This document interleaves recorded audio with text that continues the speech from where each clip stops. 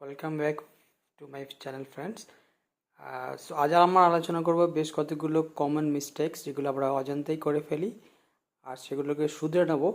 আর যারা চ্যানেলটাকে সাবস্ক্রাইব করেছেন অসংখ্য ধন্যবাদ, আর যারা নতুন আছে অবশ্যই সাবস্ক্রাইব করবেন এবং ভালো লাগলে অবশ্যই কমেন্টে জানাবেন। So let's get started. আমার কিছু পরামর্শের প্রয়োজন। I need